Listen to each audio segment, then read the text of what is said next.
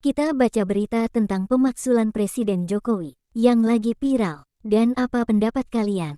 Pergulatan politik menjelang pemilu akhir-akhir ini kembali membawa suasana ketegangan dan ketidakharmonisan dalam berbangsa dan bernegara. Salah satu hal yang menjadi penyebab utamanya adalah munculnya wacana pemakzulan Presiden, baca artikel Detikcom. Setelah adanya permintaan dari sejumlah tokoh dan masyarakat sipil yang tergabung dalam petisi 100 penegak daulat rakyat yang mendatangi Menko Polhukam Mahfud MD untuk memakzulkan Presiden Joko Widodo karena diduga telah melanggar konstitusi dan laporan terkait dengan adanya dugaan kecurangan dalam pemilu. Baca artikel Detik News, menyikapi isu pemakzulan Presiden. Beberapa dugaan pelanggaran konstitusi oleh Presiden yang dilaporkan diantaranya terkait dengan adanya nepotisme dalam Mahkamah Konstitusi, MK, intervensi Lembaga Komisi Pemberantasan Korupsi, KPK, melalui Dewan Pengawas KPK, melalui revisi Undang-Undang KPK, penerbitan Perpres No. 54 Tahun 2020 tentang APBN yang seharusnya dibahas dan mendapat persetujuan DPR, dan menerbitkan Perpu Cipta Kerja dengan mengesampingkan perintah dari putusan MK No. 91, PU 18, 2020, yang inkonstitusional bersyarat.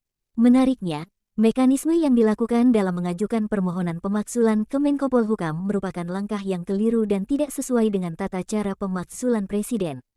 Dalam sistem ketatanegaraan Indonesia yang secara eksplisit dijelaskan dalam konstitusi yakni pasal 7B ayat 1 UUD 1945 yang menyatakan usul pemberhentian presiden dan atau wakil presiden dapat diajukan oleh Dewan Perwakilan Rakyat kepada Majelis Permusyawaratan Rakyat hanya dengan terlebih dahulu mengajukan permintaan kepada Mahkamah Konstitusi untuk memeriksa, mengadili, dan memutus pendapat Dewan Perwakilan Rakyat bahwa presiden dan atau wakil presiden telah melakukan pelanggaran hukum berupa pengkhianatan terhadap negara, korupsi, penyuapan, tindak pidana berat lainnya, atau perbuatan tercela, dan atau pendapat bahwa presiden dan atau wakil presiden tidak lagi memenuhi syarat sebagai presiden dan atau wakil presiden.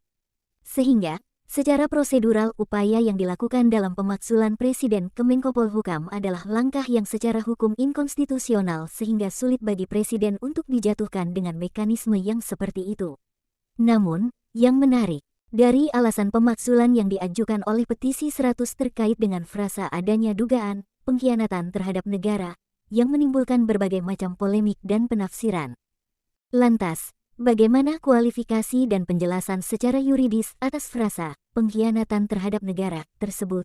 Baca artikel Detik News, menyikapi isu pemakzulan Presiden.